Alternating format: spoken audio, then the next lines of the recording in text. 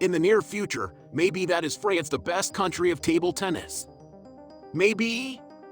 Yes, because both Alexis Lebrun et Felix Lebrun are from France. They defeated the top Chinese players. Amazing! The older brother. The older brother is Alexis Lebrun. He defeated Tomokazu Haramoto.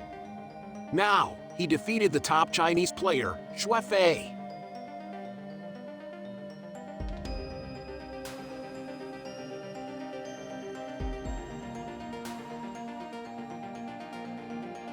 The little brother. The little brother is Felix Lebrun. Here is another match of Felix Lebrun. He defeated another top Chinese player. He was born on September 12, 2006. He has played for France's cadet, junior, and now national teams. Winner of the men's doubles event at the 2022 Youth World Championships and a bronze medalist in the cadet singles event. Everything in his family had to do with table tennis.